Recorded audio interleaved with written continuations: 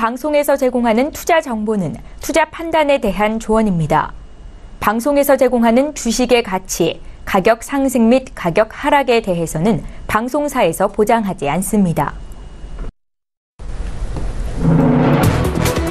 시청자 여러분 안녕하십니까? 출발 증시와이드 2부로 돌아왔습니다. 최은정입니다. 어제 국내 증시에서 코스피 지수가 역대 최고치로 거래를 마쳤습니다. 외국인과 기관의 쌍끌이 매수가 집중이 됐었고요.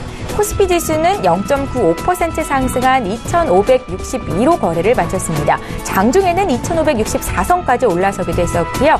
코스닥도 강세였죠. 0.43% 오른 898로 거래를 마쳤는데요. 오늘 한 주를 마감하는 금요일장입니다. 투자 전략 어떻게 가져가면 좋을지 포트폴리오 정비하는 시간 가지셨으면 좋겠습니다.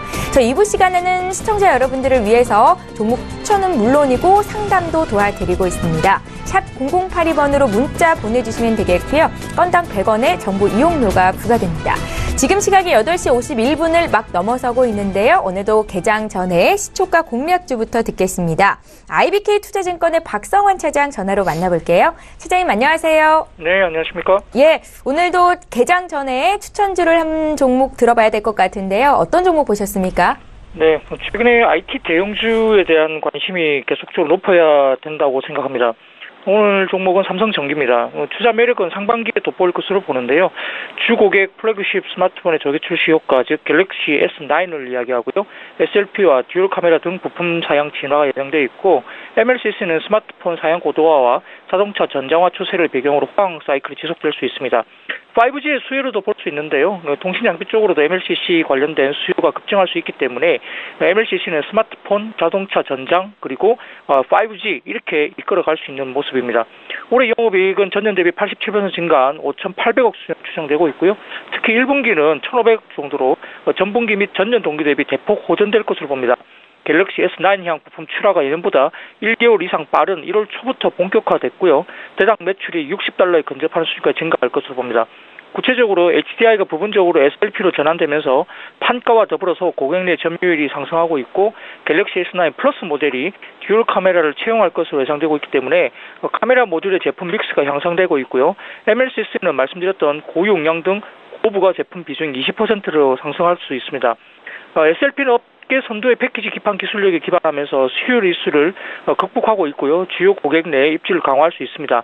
북미 거래선양 RFPCB는 플렉서블 OLED 채용 계획 확대에 따라 올해 매출이 약 2배로 늘 것으로 봅니다. LCR 사업부의 2018년 매출액은 2조 9천억 원, 영업이익률은 16%로 개선될 전망으로 있고요. 갤럭시 S9 조기 출시 효과와 북미 거래선양 매출 증가, 그리고 하만 등 전장 매출 확대, 그리고 중화시장 공략 강화 등의 긍정적 이슈가 더해질 것으로 봅니다. 목표가는 12만 원, 손절가는 9만 6천 원 제시하겠습니다. 예. 오늘 시초가 공략주는 삼성전기였고요. 목표가 12만 원까지 제시를 해주셨습니다. IBK 투자증권의 박성환 차장 전화로 만나봤습니다. 고맙습니다. 감사합니다. 예, 저희 본격적으로 라이브 매매타임 시간 갖겠습니다. 두 분의 전문가 화면으로 먼저 소개합니다. 초특급 종목 공개 라이브 매매타임. 주식은 언제 사느냐보다 무엇을 사느냐가 중요하다. 구도주의 달인 김영철. 철저한 분석으로 유망주만 골라낸다. 성장주 매매의 신보증수표 김리나. 예, 함께해 주실 두 분의 전문가 나와 계시는데요. 인사부터 드리겠습니다. 오늘 금요일입니다. 위즈 인베스트먼트의 김영철 팀장, 김리나 주임연구원 이렇게 두 분과 함께하겠습니다. 안녕하세요. 네, 안녕하십니까. 예, 반갑습니다. 자, 오늘도 전일장 특징주부터 분석해봐야겠죠. 어제 사상 최대 실적 발표 이후로 급등세를 보였던 SK 하이닉스의 두 분의 의견 들어보겠습니다. 예, 팻말을 들어주시죠. 3, 2, 1.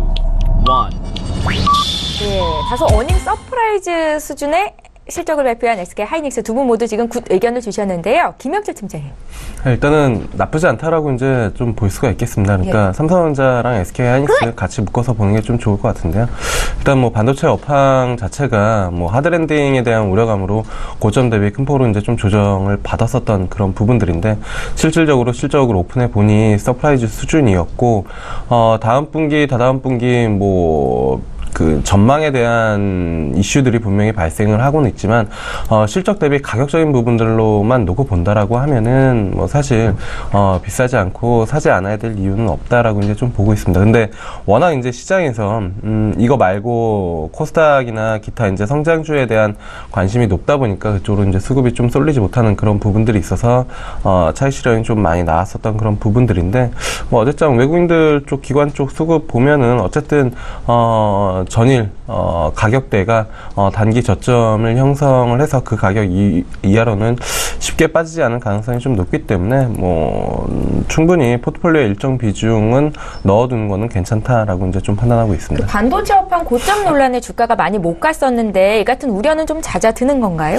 아무래도 이제 뭐 그 실적에 대한 부분들로 어느 정도 좀 보여줬었던 부분들이고 그리고 시장에서는 사실 이번 실적이 아니라 다음 분기, 다다음 분기에 대한 그런 이슈들이었는데 다음 분기나 다다음 분기 쪽에 조금 뭐 실적이 부진하더라도 그러니까 지금 사상 최대 실적을 경신은 못하더라도 그 수준에서의 지금 SK하이닉스 가격 수준이다라고 하면은 충분히 뭐 접근이 가능하지 않을까 이렇게 좀 판단을 하고 있습니다. 예, 잘 알겠습니다. 저희 어제 많이 오르거나 내린 종목 중에서 사볼 만한 종목이 있는지 투자 의견 얻어보실 수 있는데요. 이번에 포스코 보겠습니다. 어제 포스코의 주가가 1.29% 올라서 종가가 나왔는데 장중에는 현대차의 시가총액을 제치고 3위로 올라서기도 했었습니다. 포스코에 대한 두 분의 의견 들어볼게요. 3, 2, 1. 예, 역시 의견 주셨고요. 이번에 김리나 연구원 의견 듣겠습니다. 네, 일단 이제 공시를 통해서 4분기 실적 잠정치를 하회했다라고 얘기를 했지만 실제로는 전분기에 비해서 매출액이나 영업이익이나 모두 지금 증가를 했고요. 또 올해 1분기에도 실적이 또 실적을 이룰 거다라는 그런 것에 기대를 걸 수가 있겠습니다. 일단 먼저 이렇게 기대가 되는 이유는 중국 쪽에서 철강 산업은 재고 부족에도 불구하고 지금 난방기 철강 관련해서 감산이 계속해서 이루어지고 있어요. 때문에 이제 아무래도 글로벌적으로 수요 대비 공급량이 줄어들게 되겠죠. 그래서 지금 철강 가격은 계속해서 오르고 있고요. 이것은 지금 포스코 같은 경우에는 이제 생산 점유율이 우리나라에서 1위인데 아무래도 혜택을 더 누릴 수 있다고 보고 있고요. 감산 기간은 작년 11월부터 올해 3월까지 진행이 된다고 합니다. 그래서 아무래도 1분기에는 혜택을 누릴 수 있다라는 게 좀 더 확실히 보여주고 있고요. 그다음에 좀 날이 풀리면서 계절적 수요가 도래를 하게 되면은 이 두 가지 요인들이 좀 겹쳐지면서 시너지를 좀 더 낼 수 있다라고 보고 있습니다. 또 지금 현재 계속적으로 기술적으로도 보게 되면 외국인 같은 경우가 수급이 좀 중요했었는데 대주주 양도세라던가 셧다운제 때문에 아무래도 수급에 악영향 뉴스가 좀 있었는데도 불구하고 지금 현재 포스코 같은 경우에는 보시면 한 20거래일째 계속 연속적으로 외국인이 매수를 하고 있는 점을 보시면 아무래도 그런 악영향 뉴스에는 별로 영향을 미치지 않는다고 보고 있고요.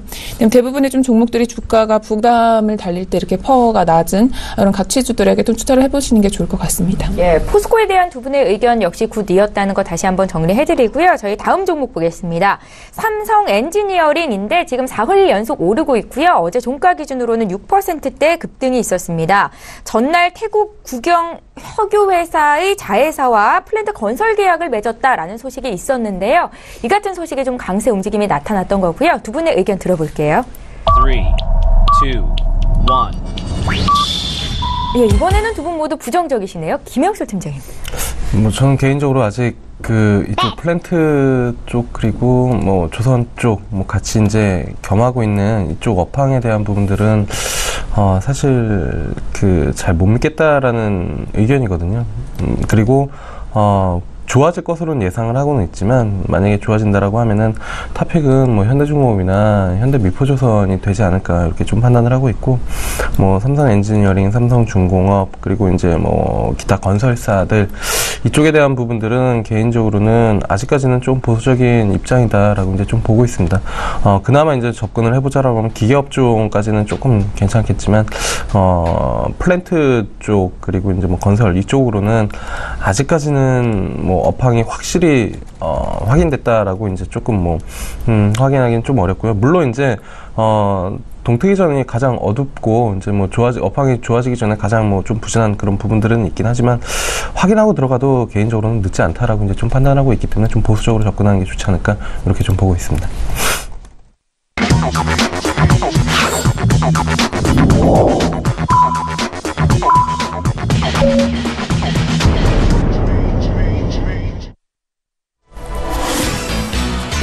1월 26일 금요일 국내 장이 이제 막 시작이 됐습니다. 잠시 뒤 국내 시세 어떻게 출발하고 있는지 분위기 볼 거고요. 저희 출정 2부 시간에는 시청자 여러분들 종목 상담 도와드리고 있습니다. 샵 0082번으로 지금 문자 보내주시면 되겠고요. 건당 100원의 정보 이용료가 부과됩니다.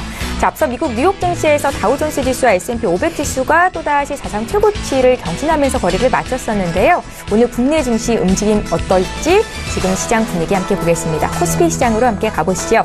시가총액 상위 종목군 움직임 살펴보겠습니다. 네, 일단은 코스피 시총 2위 종목인 삼성전자와 SK하이닉스가 오늘도 나란히 0.4%대 오름세를 보여주고 있습니다. 삼성전자 지금 나흘 연속 오름세 나타내고 있는 거고요. 주가는 252만 3천 원 선에서 거래가 되고 있습니다. 사상 최대 실적을 발표한 이후로 어제 급등세 보였던 SK하이닉스 역시 오늘도 추가적으로 0.5% 오르면서 주가는 지금 7만 6천 원 회복이 되고 있고요. 어닝 쇼크에도 불구하고 어제 1% 올랐었던 현대차는 오늘 다시 밀립니다. 2%대 약세 움직임이 나타나고 있는데 원달러 환율이 강하게 좀 급락세를 보였었죠. 영향이 오늘 좀 있는 것 같고요. 그 밖에 포스코나 LG화학, 네이버, KB금융, 삼성바이오로직스까지 이제 빨간불 켜면서 출발하고 있습니다. 오늘 자동차 관련주 좀 많이 부진한데요. 현대모비스의 주가가 5.6% 급락 출발하고 있고요. 지금 주가는 25만 3천 원 선에서 거래를 시작하고 있습니다. 지수 움직임을 좀 살펴볼게요. 오늘 한 주를 마감하는 금요일장이고 관망세가 짙을 수 있는 장입니다. 현재 코스피, 코스닥 모두 약세 출발이 되고 있는데요. 코스피 지수가 약보합권 출발인데 지금 나흘 만에 소폭 밀리고 있는 겁니다. 주가는 2,561선에서 시작되고 있고요. 코스닥도 역시 0.16% 조정받은 897선에서 시작되고 있는데요. 코스닥도 시가총액 상위 종목군 움직임 함께 살펴보겠습니다. 예. 코스닥도 오늘 지금 나흘 만에 약세 전환을 하고 있습니다. 시가총액 상위 종목군이 대체로 부진한 움직임을 나타내고 있는데요. 어제 셀트리온, 삼형제가 일제히 약세를 보였었고 오늘도 추가적으로 하락세입니다. 셀트리온의 주가가 2%대 조정을 받고 있고요. 지금 셀트리온 헬스케어, 신라젠, 또 그 밖에 티슈진까지 약세 출발이 되고 있습니다. 다음 종목들 더 살펴볼게요. 6위부터 10위 종목 볼 텐데 역시 하락세를 보이고 있는 종목이 더 많습니다. CJ ENM도 오늘은 밀리고 셀트리온 제약도 2%대 약세입니다. 반면에 게임주 펄어비스는 1% 상승 출발이 됐고요. 포스코 캠텍도 지금 0.7% 오름세를 보여주고 있습니다. 자, 오늘 국내 증시 어떻게 출발하고 있는지 분위기를 먼저 봐드렸습니다. 이제 종목 봐야겠죠. 어떤 종목을 사야 수익을 낼 수 있는지 두 분의 전문가와 함께 추천주 공개해드릴 텐데 지금 김영철 팀장과 김리나 연구원이 있습니다. 두 분의 수익률 자랑부터 좀 해볼게요. 종목 살펴보시죠. 김영철 팀장님 주셨던 텍셀네트컴입니다. 지난 12월 1일에 매수가 됐었고요. 수익이 100% 가까이 나고 있습니다. 잠시 뒤에 리뷰 한 말씀 드릴 거고요. 김리나 연구원도 종목이 있으시죠? 예, 지난 12월 22일에 주셨던 CS윈드가 40% 가까운 수익을 기록 중에 있습니다. 예, 두 분 모두 지금 주가가 계속 올라가는 종목을 잘 잡으신 거고요. 김영철 팀장님의 텍셀네트컴부터 한 말씀 들어볼게요. 일단은 시장이 좀 상당히 좀 좋은 것 같습니다. 좋은 종목 골라도 단기간에 저렇게 수익이 나기는 쉽지는 않은데 네. 시장 자체가 확실히 모멘텀이나 이슈가 있는 쪽으로 수급이 좀 쏠리는 그런 부분들인 것 같은데 일단은 이 종목 사실 포인트로 좀 잡았었던 거는 금리 인상 그리고 금융 업종 쪽으로 이제 좀 관심을 가져볼 만한 시기여서 이제 말씀을 드렸었던 거였는데 시장에서 그 텍셀네트컴이 가지고 있는 그 자회사 저축은행, 세종저축은행이랑 그다음에 공평저축은행 이쪽에 대한 부분들에 대한 모멘텀을 부각을 좀 시켰었던 그런 부분들이고 그와 관련된 분석 보고서가 좀 나오면서 주가가 단기간에 좀 급등을 한 부분들이 있습니다. 개인적으로는 2만 원대까지는 갈 수 있지 않을까라고 이제 좀 생각을 했었던 그런 부분들이고 예, 물론 이제 넘어섰고 주가를 보시면 아시겠지만 이게 이렇게 급등하는 종목이 사실 아닙니다. 그래서 그냥 좀 꾸준히 끌고 가면 좀 괜찮겠다라고 생각을 했었던 그런 종목인데 네. 주봉이나 월봉으로 보시면 아시겠지만 정말로 꾸준하게 조금씩 우상향하는 종목인데 단기간에 지금 급등을 했기 때문에 만약에 그때 방송 보시고 매수하신 분들 같은 경우에는 매도하시고 다른 종목 오늘이나 오늘 말씀드리는 그런 종목들 위주로 다시 이제 좀 포트폴리오를 변경하시는 게 좋지 않을까 이렇게 말씀을 드려보도록 하겠습니다. 예, 월봉으로 보면 올해 들어서만 80% 이상 급등세를 나타냈습니다. 텍셀 네트컴은 이제 차익 실현할 때다라는 말씀이시니까요. 함께 매수하셨던 분들 참고하시면 좋겠고요. 이번에 김리나 연구원 종목도 볼게요. CS 윈드입니다. 네, CS 윈드 같은 경우에도 지금 현재 좀 주가가 빠르게 올라갔었는데요. 네. 이 부분을 보시면 24일 날 공시를 통해서 지금 영국 쪽에 지멘스와 장기간 협력을 맺었다고 공시가 뜨면서 좀 개인 수급자들이 많이 몰렸던 걸로 판단이 됩니다. 근데 그때 보시면 이제 외국인과 기관 같은 경우에는 물량을 쏟아냈던 부분을 개인 모두 받아냈어요. 그래서 좀 이제 조정이 좀 있은 후에 다시 올라갈 것을 보시면 이제 매수 기회를 다시 좀 노리시는 게 좋을 걸로 보이고요. 좀 장기적으로 봤을 때는 CS 윈드 같은 경우에는 추가적으로 상승이 가능하다고 보고 있습니다. 우선 지금 해상풍력 시장 같은 경우에는요, 글로벌적으로 이제 확산이 점차 되고 있는 그런 추세고요. 영국 같은 경우에는 지금 브렉시트 이후에 에너지를 자력적으로 확보를 하기 위해 또 추가적으로 이런 풍력 시장 쪽에서도 발을 들이고 있기 때문에 아무래도 더 확대가 될 걸로 보고 있고, 세계 1위 해상풍력 시장인 이제 그 지멘스와 이제 장기간 협력 관계를 맺었던 거를 이제 보게 되면은 이제 추가적으로 다른 회사들과도 그러한 협력이 이루어질 수 있다라고 보고 있고, 지금 미리 베트남 공장 쪽에 설비를 증설했다라는 그런 레퍼런스도 보게 되면 아무래도 이 회사 같은 경우에는 자사업에 대한 이해가 굉장히 높고 또 추진력이 강하고 생산력까지 이제 확보를 하게 됐기 때문에 아마 좀 장기적으로 봤을 때는 더 추가적으로 좀 투자를 해도 괜찮은 종목이다 이렇게 보고 있습니다. 예, 장기적으로는 추가 상승 가능하다라는 의견까지 CS 윈드 봤습니다. 두 분의 전문가께서 오늘은 어떤 종목을 선별해 오셨을까요? 종목 변동이 있을지 살펴봐야겠죠. 김영철 팀장 종목부터 공개 부탁드립니다. 일단은 첫 번째 종목은 한스바이오메드라는 종목입니다. 네. 최근에 그 바이오 제약 쪽 모멘텀이 상당히 좀 좋고, 그다음에 이제 안 오른 종목들 위주로 그 한 차례씩 순환매 또는 이제 움직임이 좀 나타나고 있는데, 한스바이오메드 같은 경우에 작년 11월 그리고 올해 1월까지 좀 상승을 했다가 좀 지금 쉬고 있는 그런 부분들입니다. 일단은 그 모멘텀적인 측면으로는 그 이제 가슴 보형물 그 쪽으로에 대한 실리콘 보형물 이쪽으로에 대한 모멘텀을 좀 뭐 가지고 있는 기업이었고, 과거부터 그쪽으로 이제 좀 상당히 좀 유명했었던 그런 부분들인데, 올해 이쪽 매출이 상당히 좀 큰 폭으로 좀 증가가 될 것으로 좀 예상이 되고 있는 그런 상황이고요. 그것뿐만이 아니라 고수익성 그 이제 의료기기 이쪽으로에 대한 모멘텀을 좀 키워 나가고 있는 그런 상황이다라고 이제 좀 보시면 좋을 것 같습니다. 그리고 본업 쪽에서 매출이 올라오는데 추가적인 성장 모멘텀으로 바이오 쪽에 대한 모멘텀을 좀 키워나가고 있어서 올해 이제 매출이랑 그다음에 이익 성장 두 가지 이제 조금 뭐 좋게 나올 것으로 예상이 되어서 지금 뭐 좀 쉬고 있는 구간에 분할로 좀 접근하는 거는 뭐 나쁘지 않다라고 이제 좀 보고 있는 그런 상황이고요. 그 다음에 이제 두 번째 종목으로는 네이버입니다. 어제죠? 실적 발표 때문에 이제 뭐 좀 상당폭 강세가 좀 나타났는데, 작년 연말에 이제 말씀을 드릴 때 올해 이제 관심을 가져볼 만한 종목 중에 하나 이제 네이버 말씀을 드렸는데, 네.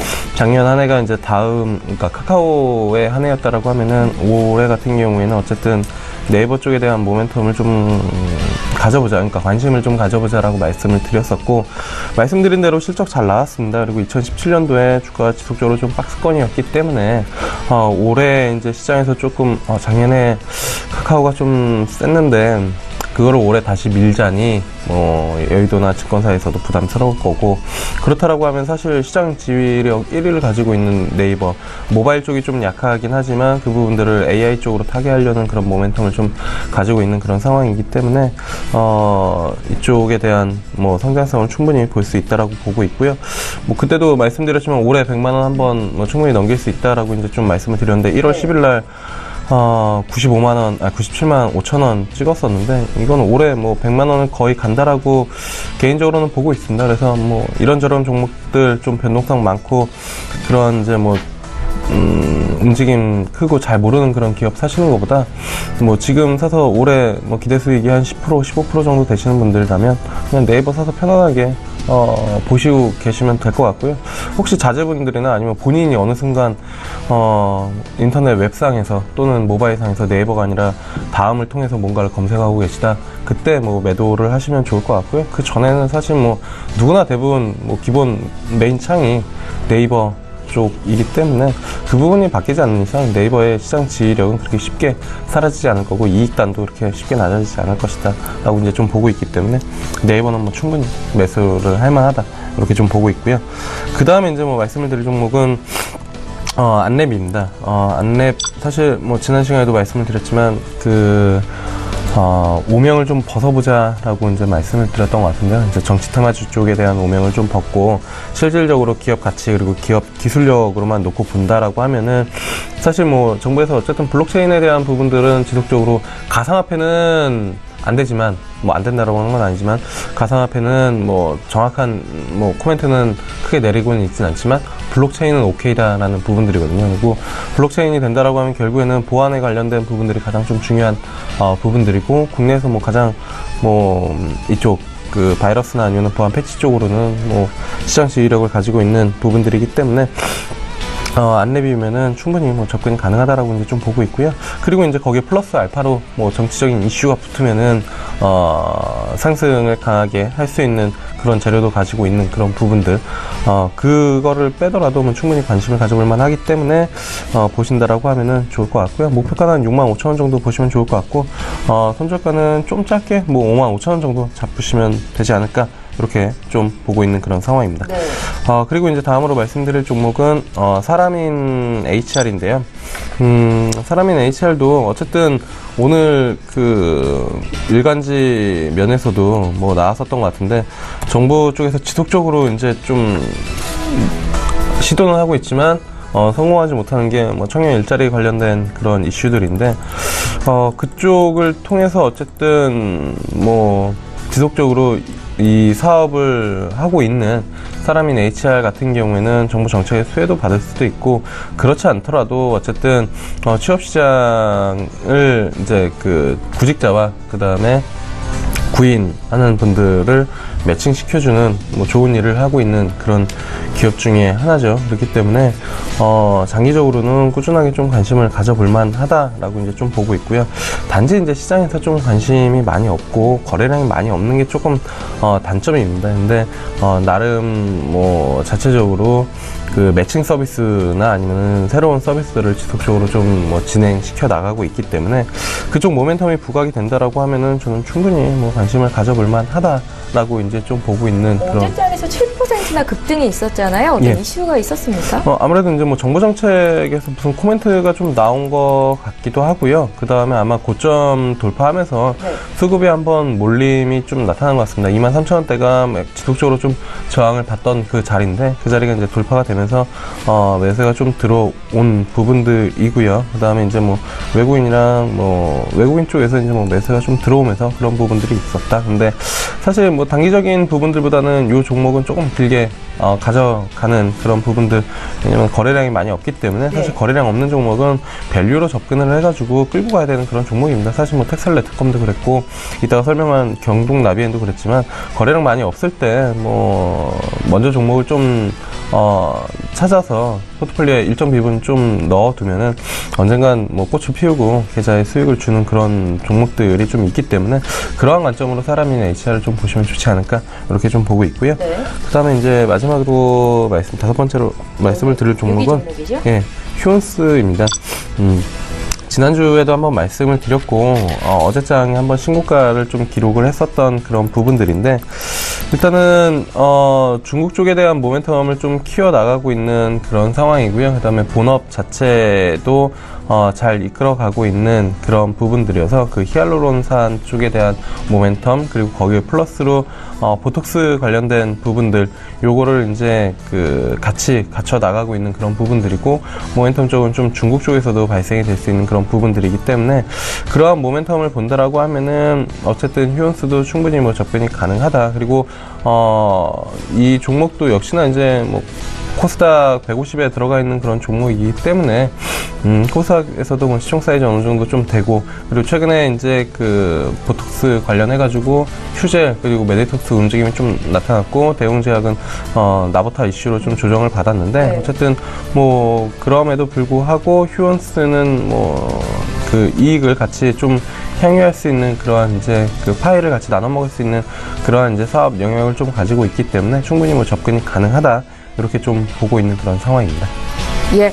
김명철 팀장님 종목 팔로잉 하고 계신 분들 어떻게 의견이 달라지고 있는지 잘 체크를 해보시면 좋을 것 같고요. 저희 이번에 김민아 연구원 10위부터 6위 종목 먼저 보겠습니다.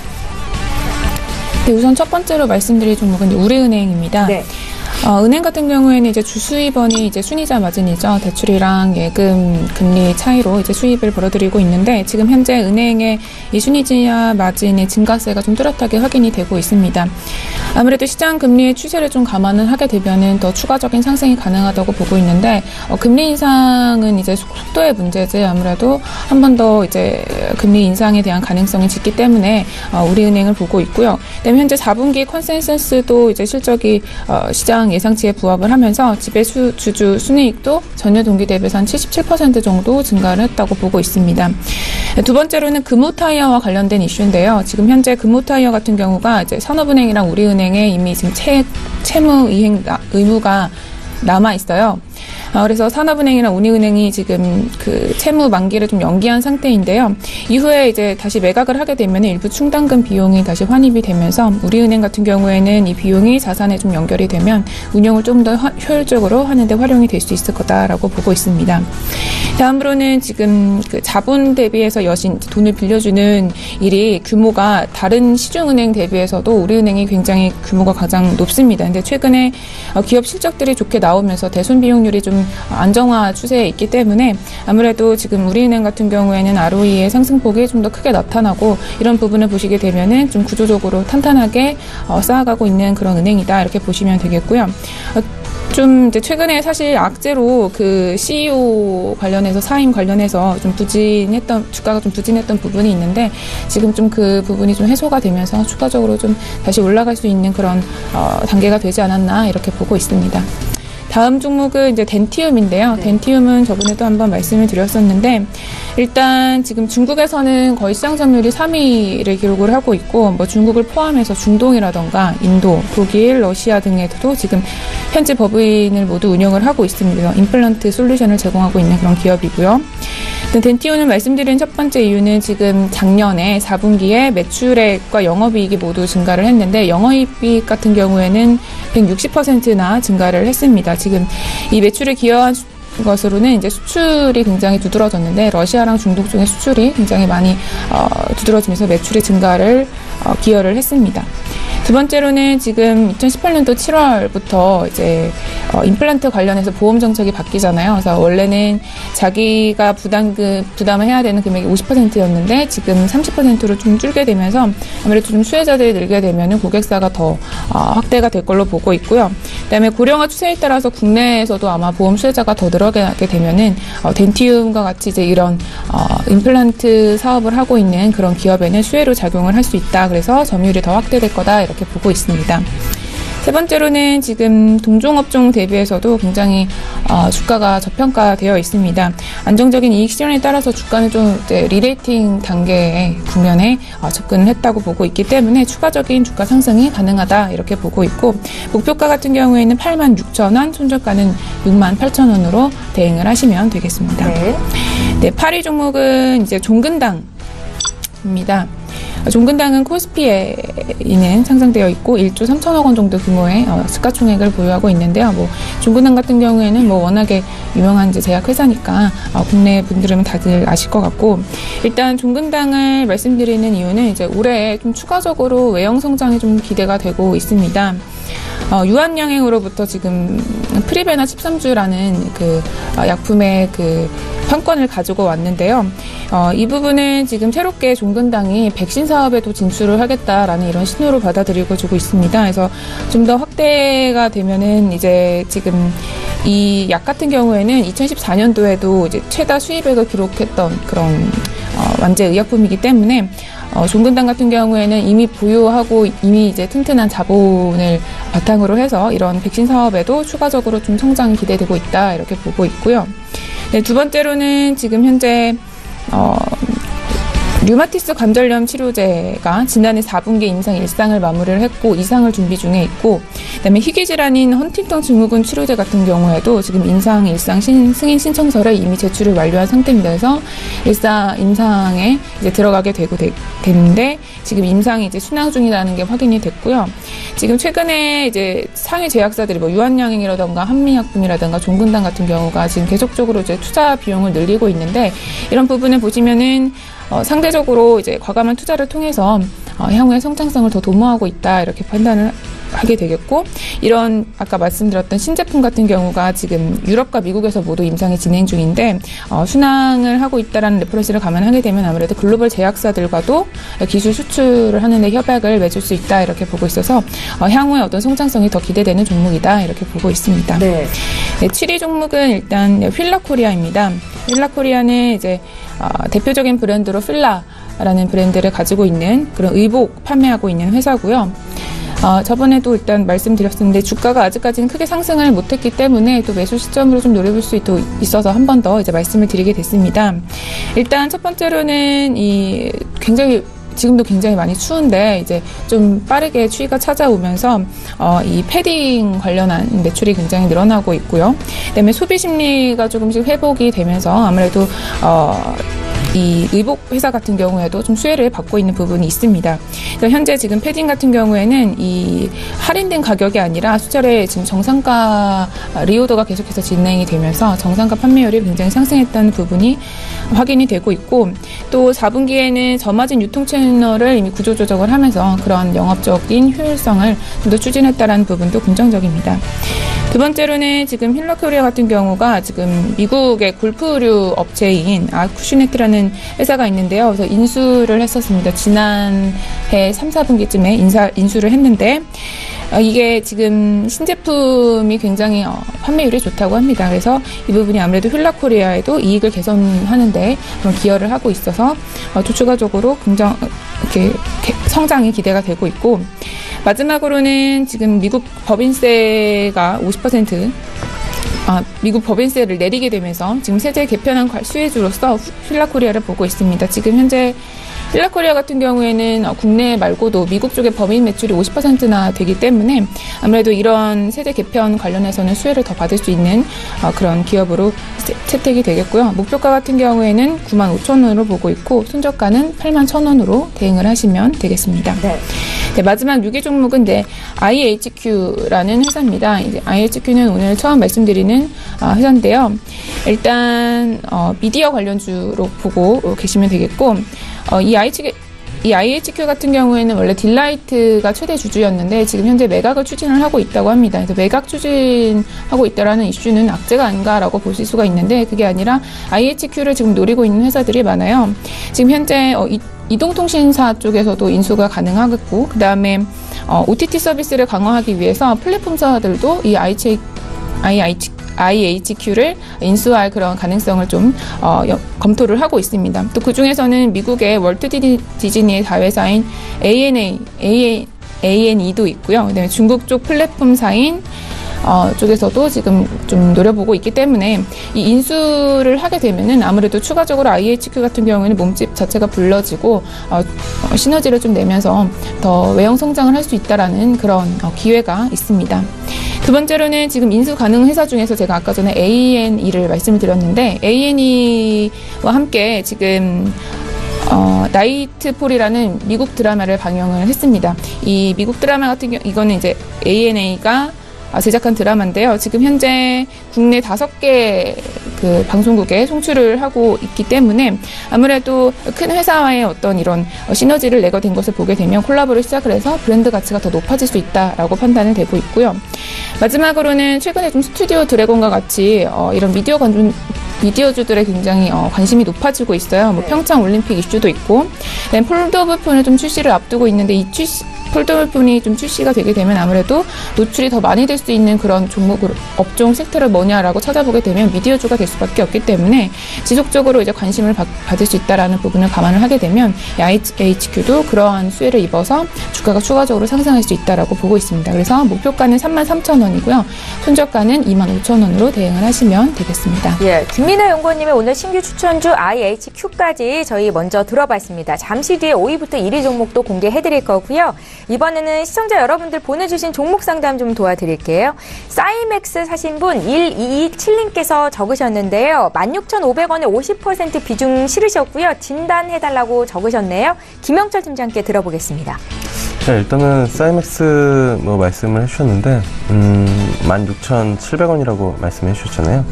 일단은 지금 16,200원 정도인데 비중이 50%면은 조금 많기는 합니다. 근데 종목 자체는 나쁘지는 않습니다.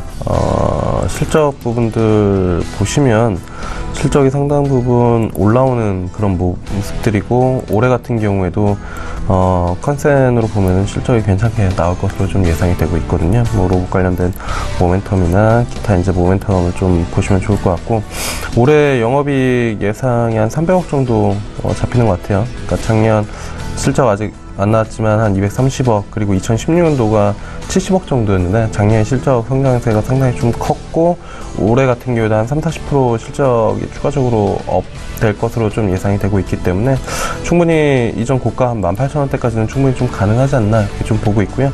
그리고 최근에 증자 관련된 부분들이 있는데 무산 증자도 좀 하는 그런 부분들이고, 그다음에 배당도 하는 그런 부분들이기 때문에 기업 자체도 괜찮다라고 이제 좀 보고 있습니다. 그래서 단기간에는 18,000원, 그리고 아래쪽으로는 16,000원 박스권 만들 가능성이 좀 있지만, 개인적으로는 18,000원 위쪽으로 한번 충분히 돌파 가능하다고 보고 있기 때문에 보유 홀딩 하시는 건 좋지 않을까 이렇게 좀 보고 있습니다. 예, 비중이 좀 많음에도 불구하고 괜찮다라는 진단이셨습니다. 사이맥스 먼저 봐드렸고요. 이번에 암리스 볼 텐데 5450님께서 19,200원에 80% 비중 있다라고 적으셨네요. 전망 부탁드린다고 하시는데요.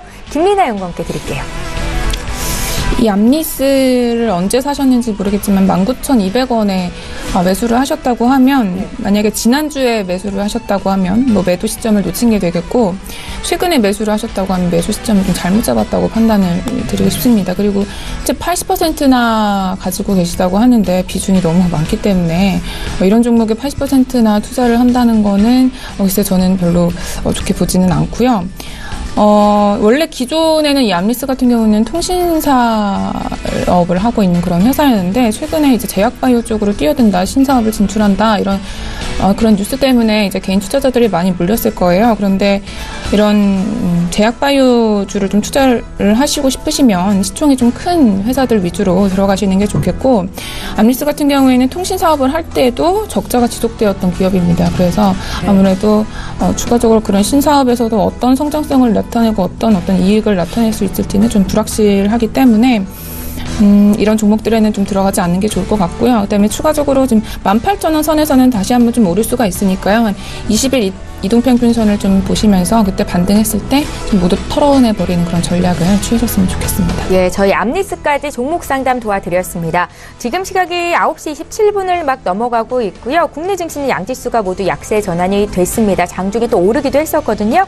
이번에 장중에 저가 매수 신호가 포착이 돼 있어서 저가 매매의 달인 만나고 다시 돌아오도록 하겠습니다.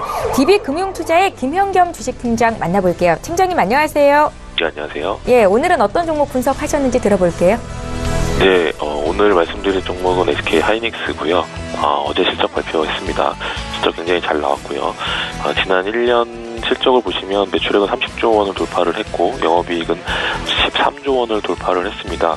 영업이익률이 지난 1년간은 46%, 지난 4분기만 놓고 보면 49%, 거의 절반의 영업이익률을 기록을 했는데 굉장한 실적이라고 생각이 되고요. 일단 영업이익률 거의 50%가 나올 수 있는 업종이 거의 없죠. 대부분 제약바이오 쪽에 보톡스를 하는 메디톡스 정도, 그리고 이제 셀트리온이 하는 바이오시밀러 정도, 그 정도가 이제 이 정도의 영업이익률이 나올 수 있는 회사인데요. 그렇지만 제약바이오와는 다른 점은 장치 산업이기 때문에 철저히 감가상각을 한다는 측면에서, 감가상각을 하고 나서 영업이익률이 절반이 남는다는 이야기는 실제적으로는 거의 70%에 달하는 영업이익률이라고 볼 수 있기 때문에 엄청난 실적이라고 할 수 있습니다. 거기에 비해서는 지금 주가는 굉장히 낮은 수준이라고 말씀을 드릴 수 있겠고요. 올해 역시 컨퍼런스 콜에서 올해 디램 수요가 20% 추가 증가가 예상이 되고, 낸드 플래시는 40% 증가가 예상이 된다라고 말을 했습니다. 그렇다고 하면 올해 역시 공급 과잉에 대한 우려보다는 계속적으로 수요에 대한 그런 방향성을 생각해 보신다면 지금 굉장히 저평가가 되어 있는 상황이다 알 수 있을 것 같고요. 지금 오늘 뭐 일제히 관련된 보고서들이 나오고 있습니다. 뭐 지금 대충 보고서를 한번 훑어봤더니 올해 예상 영업이익이 약 20조 원 정도로 이야기가 나오고 있습니다. 작년에 13조, 올해는 20조 원을 얘기를 하고 있는데요. 현재 시가총액을 보시면 60조가 채 되지 않는 시가총액입니다. 현재 54조 정도를 하고 있는데요. 그렇다고 하면 굉장히 퍼 기준으로는 굉장히 낮은 초저평가를 받고 있는 상황이라고 할 수 있겠습니다. 계속해서 좀 관심을 갖고 보실 필요가 있을 것 같고요. 지금 가격이 어떻게 보면 1년을 놓고 보면 가장 싼 가격대를 형성할 수 있는 그런 상황이라고 말씀을 드리겠고요. 이제 컨퍼런스 콜이 지금 1월 거의 다 가고 나서 했다라는 점, 그렇다고 하면 1분기도 3분의 1 정도는 어느 정도 지금 실적을 알고 이야기를 한 거기 때문에 1분기 역시 실적이 굉장히 좋을 가능성이 있습니다. 그런 걸 참고하시면 좋을 것 같고요. 지금 자리에서 매수 충분히 가능하다고 생각이 되고 목표가는 12만 원, 손절라인 7만 원 말씀을 드리겠습니다. 실적에 비하면 주가가 굉장히 저평가되어 있다라고 분석을 하셨죠. SK하이닉스 어제장에서 급등이 있었고 오늘 1% 정도 조정이 나오는데 지금 매수 자리다라는 관점이셨습니다. DB금융투자의 김현겸 주식팀장과 함께했습니다. 고맙습니다. 감사합니다. 예, 저희 방송에서 제공하고 있는 정보는 투자 판단에 대한 전문가들의 조언입니다. 해당 주식의 가치나 수익률을 보장하고 있지는 않다는 점 기억하시면 좋겠고요. 저희 계속해서 라이브 매매타임 시간 갖겠습니다. 김영철 팀장님 5위 종목부터 1위 종목이 남아있고요. 지금 공개 부탁드릴게요. 네, 일단은 하나투어 봐야 될 것 같습니다. 오늘 종목 하나투어인데요. 저도 이제 여행 계획을 또 세우고 있고, 일단은 환율이 싸면 어디든지 가야 될 것 같은 그런 의무감인데, 어제 이제, 다보스 포럼에서 문우신 재무장관 이슈도 있었지만, 환율 이슈가 좀 상당한 부분 좀 부각이 되는 것 같습니다. 결국에는 원화 강세 쪽으로에 대한, 그러니까 달러 약세면은 원화 강세로 가는 거는 당연한 그런 부분들이고, 원화 강세 수혜주로 국내에서 접근해 볼 만한 거는 항공이랑 여행 쪽인데, 항공주들이 움직임이 그러니까 이 앞전에 여행주들이 먼저 움직임이 좀 나타났고, 그 다음에 이제 최근에 항공주들 좀 움직임이 좀 나타났는데, 개인적으로는 여행주가 조금 더 낫지 않을까. 항공주는 물론 이제 유가 상승을 상쇄할 만큼에 대한 이 증가세를 좀 기대를 하고는 있지만, 어쨌든 지금 이 시점에서 접근을 한다라고 하면은 여행주가 조금 더 낫지 않을까 이렇게 좀 보고 있고요. 그렇다라고 하면 하나투어, 모드투어 둘 중에 하나인데, 개인적으로는 하나투어 조금 더 낫다라고 이제 좀 보고 있습니다. T2 쪽 면세점 이슈도 있는 그런 부분들이고, 어쨌든 실적에 대한 부분들을 좀 긍정적으로 끌고 갈 수 있기 때문에 하나투어 5번째 종목, 그러니까 5위 종목으로 말씀을 좀 드려보도록 하겠고요. 네. 그 다음에 이제 말씀을 드릴 종목은 사마콘덴서입니다. 사마콘덴서 어쨌든 지금 시장에서 전기차 그리고 수소차, 최근에 테마는 수소차가 훨씬 더 좀 강한데, 둘이 번갈아 가면서 올 한 해 계속 움직일 것 같습니다.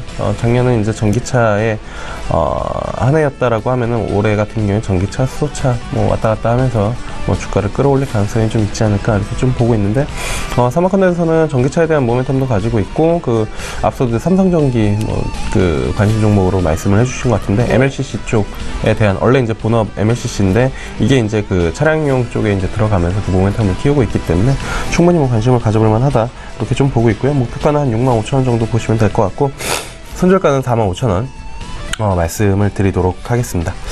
그리고 이제 다음으로 말씀드릴 종목은 포스코 캠텍입니다. 마찬가지로 전기차 관련된 모멘텀을 가지고 있는 그런 기업인데, 실적 발표했죠. 매출은 증가했는데 이익이 조금 시장 예상치보다는 좀 아쉬운 그런 부분들이 있었는데, 주가 움직임은 크게 달라지진 않았습니다. 근데 연기금 쪽에서 최근에 매수세가 좀 강하게 한번 들어왔기 때문에, 어쨌든 5만원대 이상의 주가, 그러니까 6만원 가까이 주가는 충분히 움직일 가능성이 좀 높다. 증권사에서는 5만원대 후반, 6만원대 목표가 TP로 정해놓고 있는 그런 상황인 것 같은데요. 일단은 음극재 쪽, 자회사 PMC텍 이쪽에 대한 모멘텀이 상당히 좀 좋고 4분기 실적도 좀 좋았기 때문에 지금 잠깐 수소차 쪽에 1등 모멘텀을 좀 내어준 그런 상황이지만, 언제든지 다시 치고 나갈 수 있는 그런 종목이기 때문에 충분히 포트폴리오에 놔야 되지 않을까 이렇게 좀 보고 있는 그런 상황이고요. 그 다음에 이제 말씀을 드릴 종목은 경동나비엔입니다.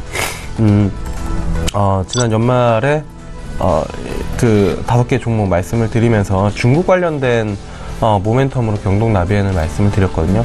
경동나비엔이 중국이랑 도대체 무슨 상관이 있을까라고 이제 생각을 하셨던 그런 부분들이 있으실 텐데, 최근에 국내 미세먼지도 상당히 좀 많고, 어쨌든 중국도 환경에 대한 이슈를, 중요하게 생각을 하고 있는 그런 상황인데, 석탄 쪽에 대한 비중을 줄이고, 어쨌든 가스 쪽에 대한 그 발전을 높여 나가려는 그런 정책을 좀 보여주고 있습니다. 그리고 최근에 뭐 이제 증권방송이나 이제 뭐 그 해외 글로벌 시세들 보시는 투자자분들이 유가 많이 보고 있는데, 최근에 LNG 천연가스 가격이 2014년도 이후에 거의 최고치거든요.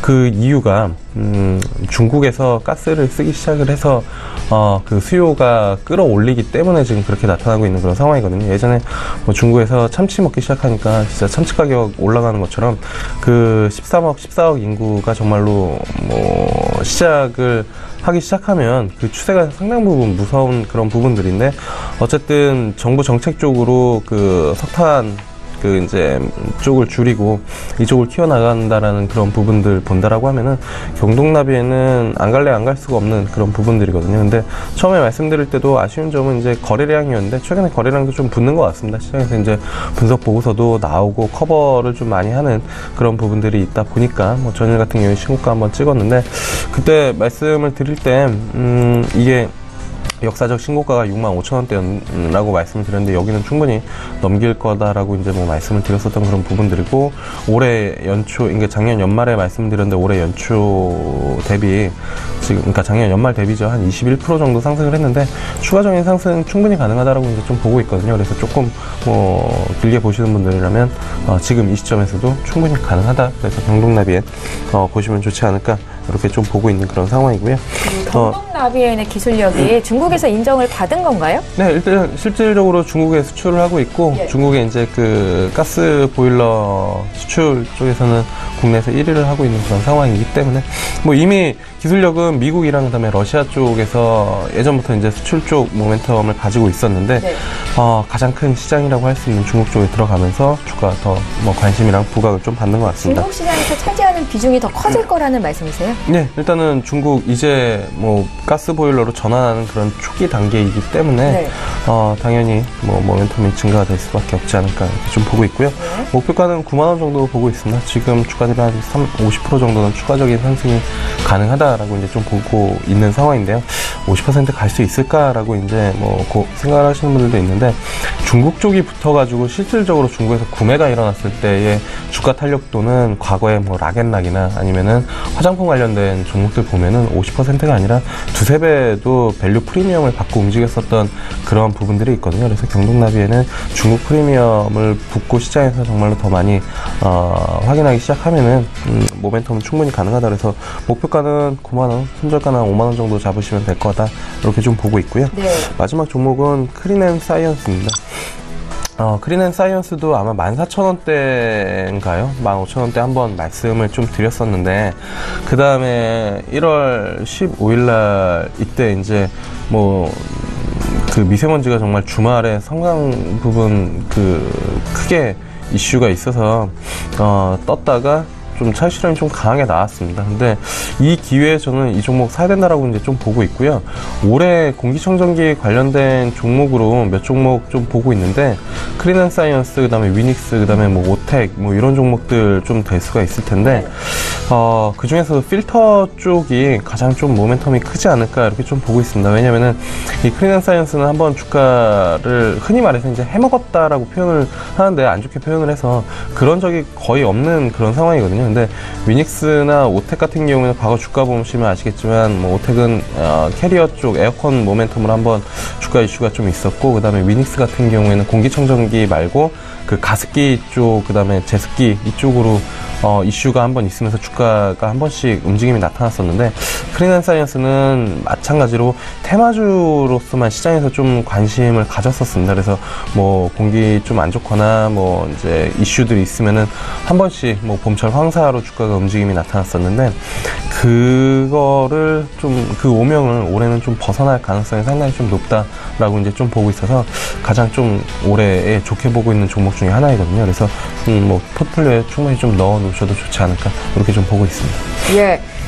공기청정기 필터를 만드는 기업이다라는 말씀이신 거죠. 크린앤사이언스까지 넘버1 종목 봤습니다. 김영철 팀장님 종목이었고요. 이번에 김리나 연구원 종목 살펴볼게요.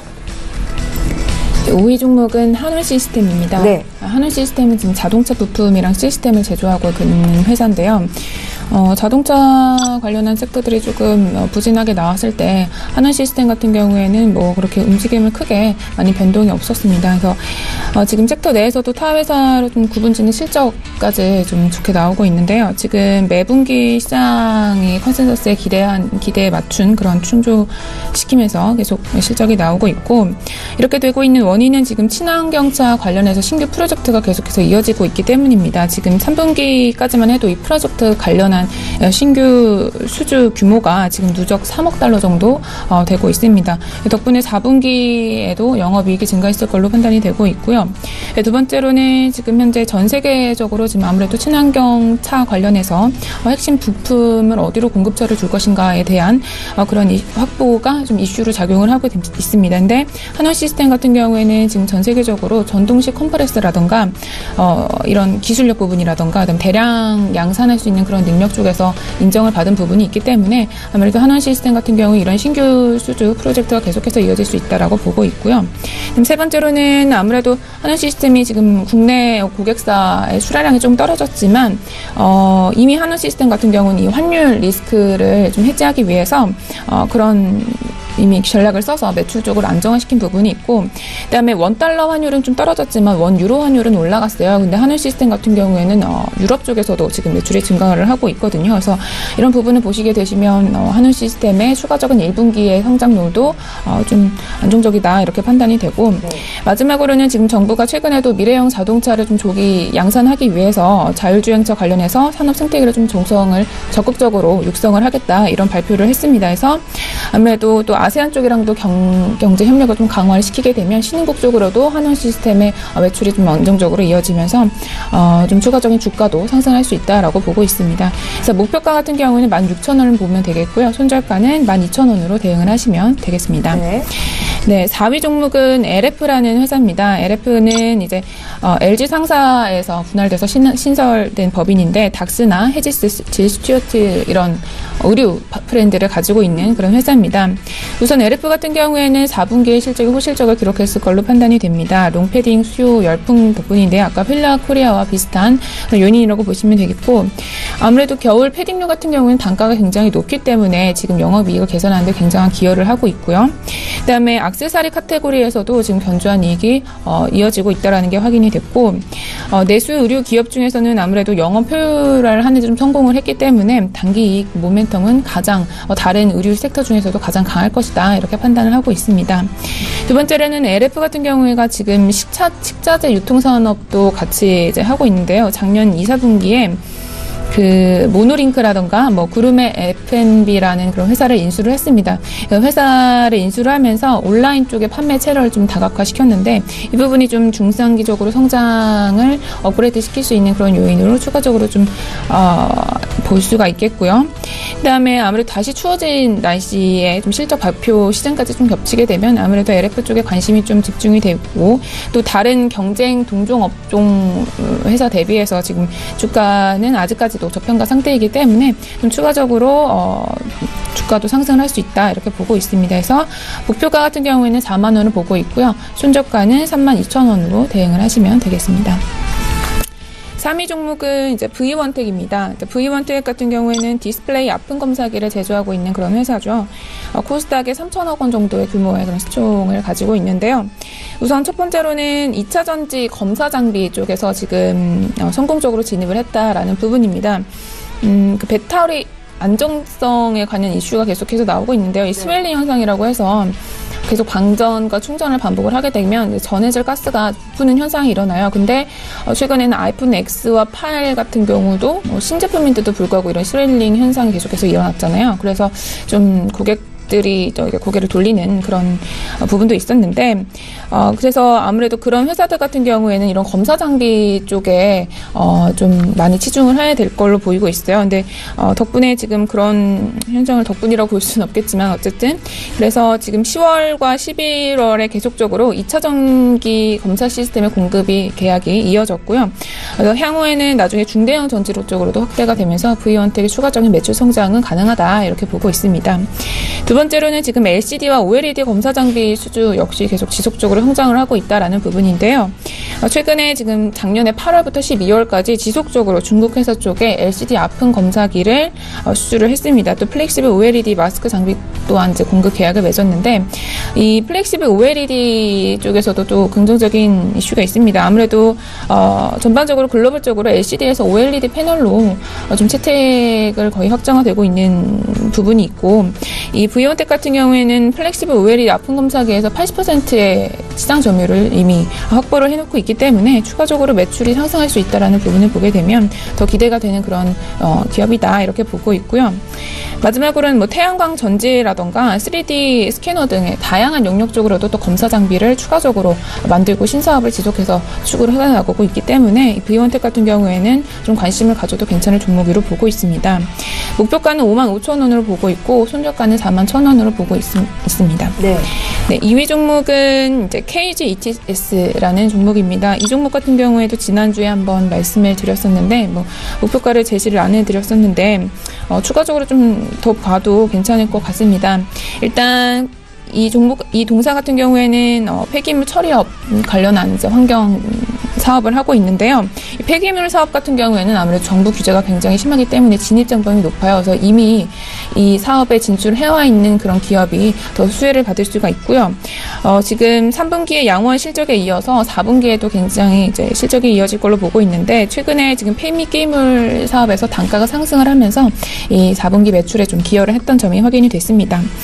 또 최근에는 이 신규 폐기물 공급 계약이 있었는데 한 거의 11년 정도의 장기 공급 계약이어서 안정적으로 마진을 확보했다라는 그런 장점도 있고 신소재 사업 부분에서도 산화동 수요가 좀 증가를 하면서 이 수요가 증가하니까 당연히 판가도 올라가게 되죠. 그래서 이런 부분도 매출에 기여를 하고 있다라는 부분을 보시면 되겠고 두 번째로는 지금 신규 산업에 대한 기대도 여전히 남아 있습니다. 지금 텅스텐 소재 공장을 가동을 좀 본격화하겠다는 그런 계획을 발표를 했고, 그다음에 자동차 표면 처리 업체 쪽에서도 스팀 판매를 좀 확대를 시키면서 신사업 쪽으로도 매출처를 좀 다각화하고 있다라는 부분을 보게 되면은 KG ETS 같은 경우에는 이제 재무 구조도 굉장히 안정적인 그런 회사이기 때문에요.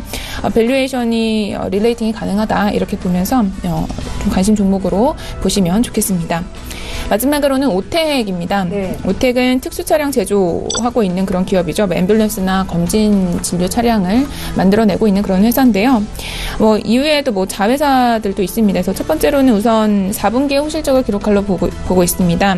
특히 지금 매 패럴림픽 대회마다 지금 업무 협약을 맺고 휠체어 차량을 지원을 하고 있는데요. 올해에도 역시 관련한 매출이 좀 이어지면서 2018년도 상반기 쪽 매출까지 기대를 좀 해볼 수 있겠고 두 번째로는 지금 자회사 아까 말씀을 드렸는데 자회사로는 이제 가정용이나 산업용 에어컨을 만들거나 아니면 냉동기기 같은 것들을 만들고 있는 그런 회사들이 있어요. 근데 최근에 이 자회사들이 굉장히 큰 어떤 물량의 그런 규모의 공급 계약을 맺었고 또 오텍 캐리어 같은 경우에는 지금 현재 CU 쪽으로 신규 고객사까지 확대를 시키면서 매출 성장을 좀 예상을 해볼 수가 있겠습니다. 그래서 목표가는 14,000원으로 보고 있고요. 손절가는 11,500원 정도로 대응을 하시면 되겠습니다. 네.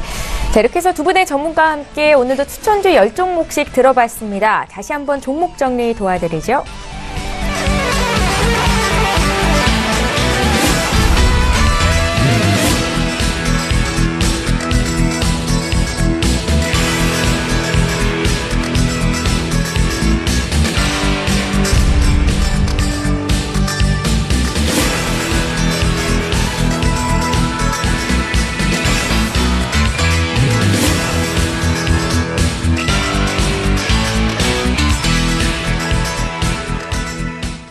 예, 오늘 라이브 매매타임 두 분의 전문가와 함께했습니다. 인사드릴게요. 위즈인베스트먼트의 김영철 팀장, 김리나 주임연구원 이렇게 두 분이었습니다. 오늘도 말씀 잘 들었습니다. 예, 출발 증시와이드 이제 마치겠습니다. 국내 증시 코스피가 장중 역사상 최고점인 2,565까지 올랐었죠. 지금은 하락 전환이 된 상태이고요. 코스닥은 상승 반전해서 901포인트까지 올라와 있습니다. 시장 분위기 끝까지 잘 보시고요. 저희는 다음 주 이 시간에 또 오겠습니다. 고맙습니다.